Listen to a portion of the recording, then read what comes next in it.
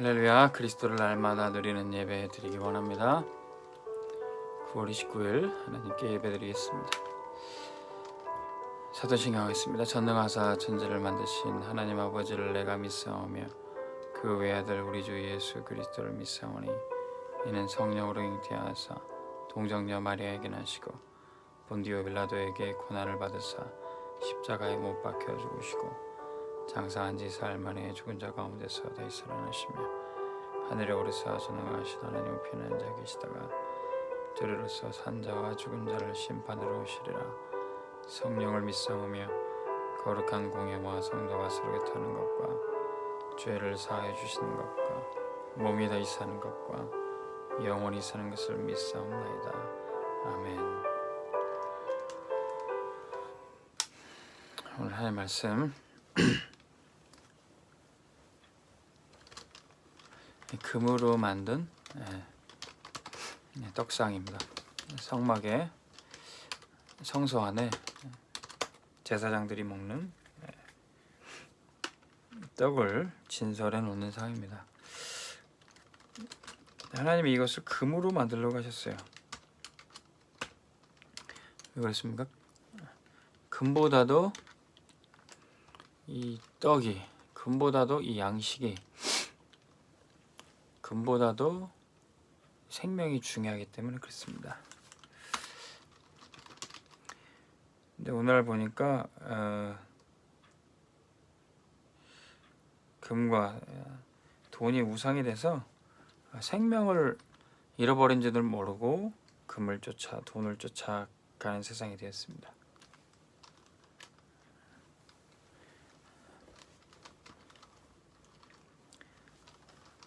생명보다 금보다도 귀한 것이 생명인데 세상은 지금 돈 때문에 싸우는 세상이 되었어요. 생명을 잃는지도 모르고 돈 때문에. 제가 사는 여기 검단 김포 지역에는 김포 지역에 특별히 평생 농사 짓다가 아파트가 들어서면서 뭐 가지고 있던 땅에 이제 수용되고 엄청난 보상을 받는 집들도 많이 있었습니다. 근데 갑자기 돈이 생기니까 그것 때문에 형제 간에 또 가족 간에 싸움이 일어나서 완전히 가정이 깨지는 경우도 있죠. 심지어는 서로 목숨을 잃는 경우도 심한 싸움도 있었다고 합니다. 이 돈 때문에 사람이 추해져요. TV 어떤 프로 보니까 그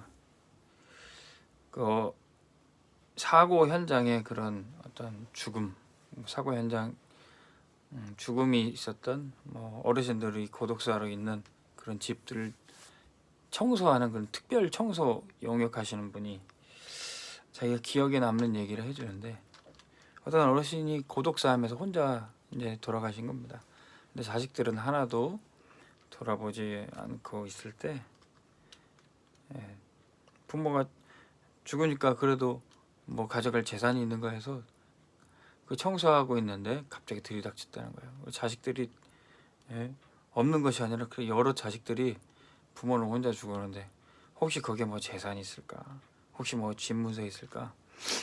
이거 찾으러 왔다는 겁니다. 근데 아무리 찾아도 없는 거예요. 그리고 청소하는 가운데 이제 그 청소부가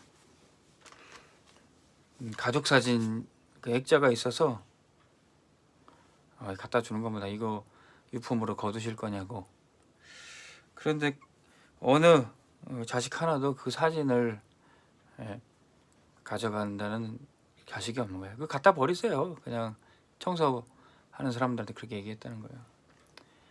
그래서 그 청소부가 그 사진을 버리려고 그러는데 사진을 집어 던져 버리려고 보니까 이제 그 액자 뒤에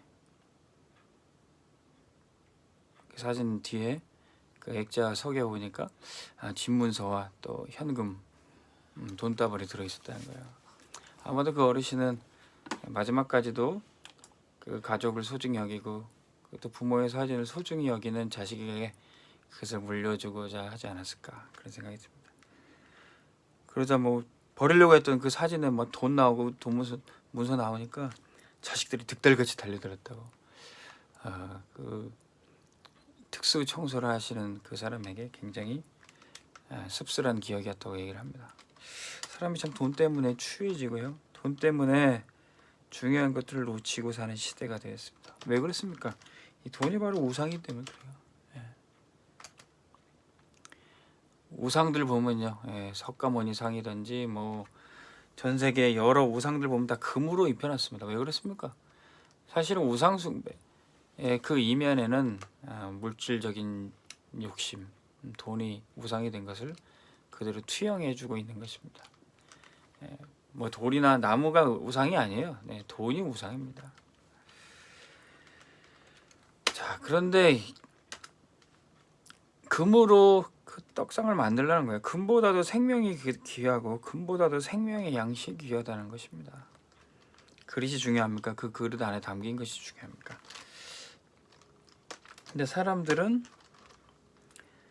돈을 쫓아가는 그 삶을 정당화하기 위해서 뭐라고 얘기합니까? 먹고 살기 위해서 어쩔 수 없다는 거예요. 먹고 사는 문제. 우리 인생에 정말로 이 먹고 사는 문제 때문에 근심하고 우리의 시간을 많이 여기에 낭비하고는 있지 않습니까? 우리에게 저에게 이번에 주신 강단 말씀. 아브라함도요. 또 많은 사람들이 이 먹고 사는 문제 때문에 인생을 낭비하고 있다는 거예요. 물론 먹고 사는 게 중요합니다. 우리의 삶에서 육신의 양식 중요하죠. 근데 육신의 양식뿐만 아니라 지식, 우리의 마음의 양식이 중요합니다. 배만 부른다고 모든 것이 충족이 되는 게 아니죠. 사람이 살아가는데 지식과 마음의 소양이 필요합니다. 뿐만 아니라 사람은 영적인 양식이 있어야 돼요. 사람이 떡으로만 사는 것이 아니라 하나님 말씀으로 살아야 됩니다. 우리의 육신은 분명히 잘 먹고 잘 살아야 되지만 우리의 영혼의 건강을 위해서 우리는 어떻게 살아가고 있는가 들어봐야 되는 거죠. 그래서 오늘은 모세를 통해서 이스라엘 백성들에게 금으로 상을 만들려고 하면서 생명의 양식을 쫓아 살아라는 겁니다. 사람들이 육신적인 삶은 잘 알고 있고 육신에는 밝아서 먹고 사는 문제에 대해서는 생명 걸고 살아가는데 정말로 우리의 영적인 양식이 위해서는 살지를 못한다는 거죠. 그래서 모세가 이스라엘 백성들을 통해 이 금으로 상을 만들라고 하시면서 생명의 양식을 위해서 살도록 인도하시는 겁니다. 우리 교회도 왜 성전 봉헌을 명하셨습니까? 우리 육신의 양식만을 위해 사는 것이 아니라 이 교회에서 선포되는 하나님 말씀이 지속되기 위해 생명의 양식을 위해 살라고 성전 봉헌을 명하신 겁니다. 자, 어떤 생명의 양식입니까? 애굽에서 썩어질 양식이 위해서 육신의 양식만 위해서 종살이하고 노예 생활했어요. 근데 이제는 애굽에서 진짜 해방을 위한 애굽에서 해방하는 생명의 양식을 얻으라는 것입니다. 자, 애굽에서 어떻게 해방됐습니까? 6월절의 어린 양의 피 바르매 그리고 6월절의 어린 양과 함께 누룩 없는 무교병의 떡을 먹으면서 해방했어요. 이 무교병이 뭡니까? 이 6월절의 어린 양이 뭡니까? 바로 예수 그리스도죠. 이 그리스도가 생명의 양식이라는 거예요. 자, 해방된 이후에도 광야에서 생명의 양식을 주셨습니다. 심지도 거두지도 않았는데 하늘에서 음식이 내렸어요. 만나입니다. 이 만나가 뭡니까? 바로 생명의 떡 대신 그리스도입니다. 그 광야에서 먹었던 만나, 해방 6월절에 먹었던 무교병, 그것을 성막의 떡상에 진설에 넣으라는 겁니다. 그 생명의 양식으로 살아가야 된다는 것을 모든 백성들에게 그리고 후대에게까지 증거하는 겁니다. 6월절에 무교병 대신 광야의 만나 되신 분이 바로 예수 그리스도예요. 예수님이 5,000명을 오병이어로 떡을 먹이시고 배불리게 여겼을 때 많은 사람들이 예수님을 왕 삼으려고 하고 예수님을 따라다녔어요. 그때 예수님이 너희들이 떡을 먹은 거로 나를 쫓아오는도다. 생명의 양식 대신 그리스도는 알지 못하고 그냥 떡 먹기 위해서 육신의 필요만 채우기 위해서 쫓아다녔던 거예요. 그때 예수님이 뭐라고 하셨습니까? 내가 썩어질 양식 위해 일하지 말고 영생의 양식 얻기 위하도록 일하라 그랬습니다. 그 영생의 양식이 뭡니까? 내가 곧 생명의 떡이다 예수님 말씀하셨어요. 내 살을 먹고 내 피를 마시지 않으면 영생을 얻을 수가 없다. 우리를 죄와 사망의 권세에서 사단의 손에서 건져주실 분이 바로 예수 그리스도예요. 이 그리스도를 아는 것이야말로 생명의 떡이란 것입니다. 자, 이 생명의 떡을 광야길 가운데 계속 힘을 얻기 위해서 먹으라는 거예요. 광야길, 우리 인생길 가려면 어떻게 해야 됩니까? 이 생명의 양식을 계속 공급받아야 됩니다. 어디 있어요? 예. 만나를 주셨는데 그 만나를 담은 항아리를 언약궤에다 담으라는 겁니다. 하나님이 평생 우리의 먹을 것과 우리의 길을 책임지시니 더 이상 염려하고 걱정할 필요 없다는 거예요. 만나는 그쳤지만 가나안 땅에 들어가서는 네가 심지 않은 것도 거두게 할 것이고 너의 인생길을 책임지겠다는 거예요. 우리에게 만나가 없어도 하나님이 우리의 양식을 책임지신다는 겁니다. 자, 그리고 하나님의 백성으로 살아가면서도 범죄하고 불신자들과 이방인들과 똑같이 범죄했을 때 어떻게 해야 됩니까? 속죄소 앞에 피제사 드리는 거예요. 여기서 죄의 문제 해결 받으라는 겁니다. 속죄소는 언약궤에 구름 날개가 있는 처소에 여기에 제사장이 피 뿌려서 죄를 속하는 그런 현장인 것이죠. 여기서 피 제사 드리고 또 생명의 떡을 먹는 것입니다. 이것을 시마다 때마다 새 절기를 지키면서 이 생명의 떡을 먹으라는 것입니다. 나뿐만 아니라 내 후대에게 이 떡을 먹이라는 것이죠. 그래야만 광야길을 갈 수가 있어요. 우리가 늘 매주일 강단 말씀을 통해서 생명의 양식을 공급받지 못하면 우리는 살 수 없습니다. 많은 분들이 예배의 축복을 제대로 못 누리고 은혜 받지 못해서 영적으로 갈급해서 죽어갑니다. 우리는 이 생명의 양식을 놓쳐서는 안 되는 거죠. 자, 그래서 세 번째는 이 생명의 양식이 뭡니까? 언약의 증거가 되는 것이에요. 자, 우리가 살 수 없지만 이 생명의 양식 하나 가지고 우리가 살아나왔다는 거예요. 그게 증거인 겁니다. 어떤 증거가 있었습니까? 창세기 3장 15절에 아담과 하와가 선악과 먹고 범죄했어요. 에덴 동산에서 쫓겨났어요. 에덴 동산에서 심지도 않고 거두지도 않았던 그 안에 있는 모든 나무 열매를 먹을 수 있는 축복이 있었는데 선악과 나무 열매 그것만 하나만 안 먹으면 모든 것을 먹을 수 있는 권세가 있었는데 그거 하나 먹어서 다 잃어버린 거예요. 그거 하나 먹어서 망하게 된 겁니다. 그래서 창세기 3장 16절에서 20절에 뭐라고 그랬습니까?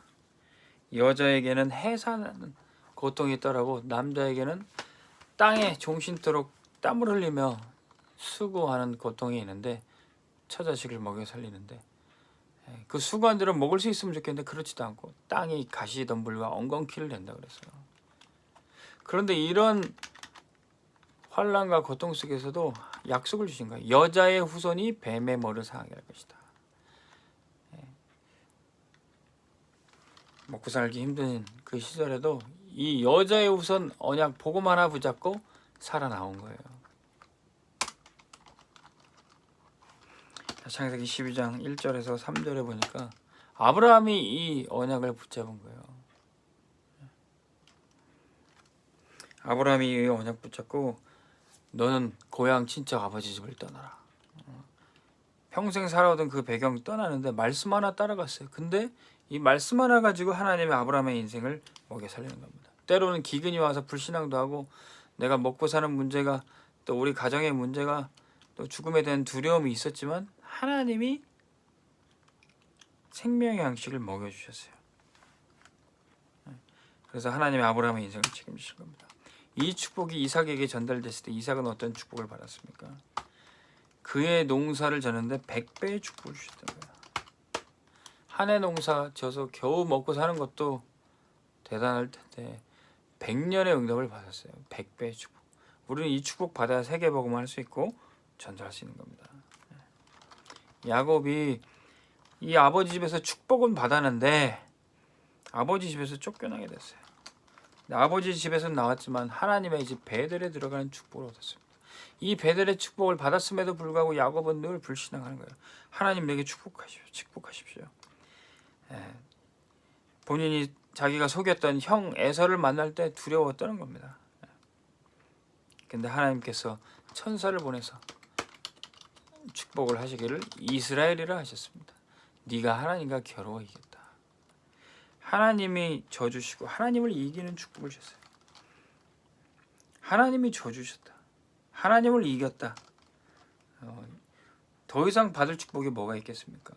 하나님이신 예수 그리스도께서 날 위해 죽으셨다. 하나님이 내게 져주셔서 날 위해 죽어주셨다. 이것처럼 우리가 이보다 더한 복을 누가 받을 수가 있겠습니까? 자, 야곱이 이 축복을 받았어요.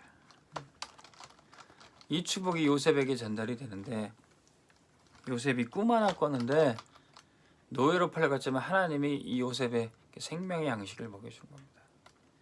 이 요셉만 살렸을 뿐만 아니라 이 요셉을 통해서 전 세계를 먹여 살리시는 거예요. 자기를 팔았던 미워했던 그 형들과 가족까지 먹여 살리는 응답을 누리게 되는 겁니다. 자, 그런데 이렇게 청리된 가문이 어떻게 노예가 됐습니까? 근데 하나님은 모세 한 사람을 준비했던 겁니다. 이 아이는 태어나자마자 나일강에 던져서 악어박이 되어야 될 아이였어요. 그런데 그의 어머니 요게베스로 말미암아 이 모세의 평생 먹을 거를 하나님이 책임져 주신 거예요. 오히려 이 아이를 죽이려 했던 그 법을 정한 바로의 왕궁에서 이 아이가 자라게 됩니다. 이 아이에게 젖을 물리면서 이 아이에게 하나님이 생명의 양식을 먹여주셨어요. 하나님께서 하시는 일이에요. 언약의 증거가 이렇게 나타나는 겁니다. 하나님께서는 지금도 목회자의 설교를 통해서 메시지를 통해서 모든 성도들을 먹이고 계십니다. 자, 우리 목회자들은 늘 체험합니다. 우리가 말하는 것과 우리가 설교하는 것이 너무도 달라요. 우리가 말하는 것은 그냥 우리가 말하는 건데 설교는 하나님께서 당신의 성도들에게 먹이시는 생명의 젖이 되는 겁니다. 생명의 꼴이 되는 거예요. 저도 이 설교를 통해서 하나님이 우리 성도들을 먹이시는 걸 하나님이 원하시는 거니까 이때 하나님이 주시는 메시지가 있고 이때 하나님이 먹이시는 생명의 양식이 있는 겁니다. 그래서 우리는 목회자의 말씀을 사람의 말로 들을 것이 아니라 하나님의 음성으로 들어야 될 줄로 믿습니다. 자, 그래서 우리는 이제 결론의 말씀. 자, 이 금으로 만든 떡상에 고리를 만들려고 했어요. 이 고리는 그 고리를 걸고 이동하라는 겁니다. 이 생명의 떡상을 전달하라는 거예요. 누구에게 전달해야 됩니까? 전 세계를 살릴 생명의 양식을 전달하는 겁니다. 전 세계 237개 나라 세계 복음화 위에 이 양식을 전달하는 거예요. 이 복음을 전달하는 겁니다. 그것이 전 세계 영적 문제, 정신 문제, 육신의 문제로 죽어가는 그 사람들의 치유하는 치유의 양식이 되는 것입니다. 이 치유의 양식을 전달하는 거예요. 또한 뿐만 아니라 우리 어른들은 뭐 이제는 많이 먹으면 배만 나오고 뭐 살만 찌고 키도 안 커요. 그리고 더 이상 필요한 영양분이 많지 않습니다. 그래서 우리 후대를 위한 양식을 전달해야 돼요. 저는 예전에는 우리 어머니가 본인이 먹지 않고 저한테 줬다는 게 이제 이해가 돼요. 저는 뭐 이제 먹어봤자 뭐 배만 나오니까 내가 안 먹고 덜 먹고 우리 후대를 먹여야 되는 거죠. 저와 여러분들에게는 하나님이 이미 모든 말씀 다 주셨습니다. 우리 후대에게 어떻게 생명의 양식을 전할 것인가. 우리에게 완전 복은 그리스도 다 주셨습니다.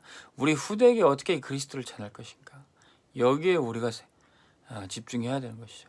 우리가 더 무슨 얼마나 꿀같은 말씀을 기대합니까? 완전한 언약을 주셨어요. 이제는 우리가 그것을 어떻게 전달할 건가. 이제 우리가 더 좋은 말씀을 듣고 우리 귀만 넓어지고 머리만 커질 필요가 없어요. 이제는 우리 후대에게 이 양식을 전달해야 되는 겁니다. 오늘 저와 여러분들에게 생명의 양식을 먹이시는 그리스도, 생명의 양식 되신 그리스도를 붙잡는 은혜가 있기를 주 이름으로 축원합니다. 하나님 아버지, 예수 그리스도가 우리의 생명의 떡이요 주님의 몸과 피와 살을 먹고 영생을 얻게 하여 주시니 감사합니다. 하나님, 우리가 노예되고 포로된 것에서 자유케 되는 그리스도를 붙잡게 하여 주시옵소서. 우리 모든 성도들 생명의 양식 되신 주님께 집중하게 하여 주옵소서. 예수 그리스도 이름으로 기도합나이다. 하늘에 계신 우리 아버지여, 이름이 거룩히 여김을 받으시오며 나라의 마옵시며 뜻이 하늘에서 이룬 것 같이 땅에서도 이루어지이다. 오늘날 우리에게 일용할 양식을 주옵시고 우리가 우리에게 죄 지은 자를 사하여 준 것 같이 우리의 죄를 사하여 주옵시고 우리를 시험에 들게 하지 마옵시고 다만 악에서 구하옵소서. 대개 나라와 권세와 영광이 아버지께 영원히 있사옵나이다. 아멘. 오늘 하루도 승리하시기 바랍니다.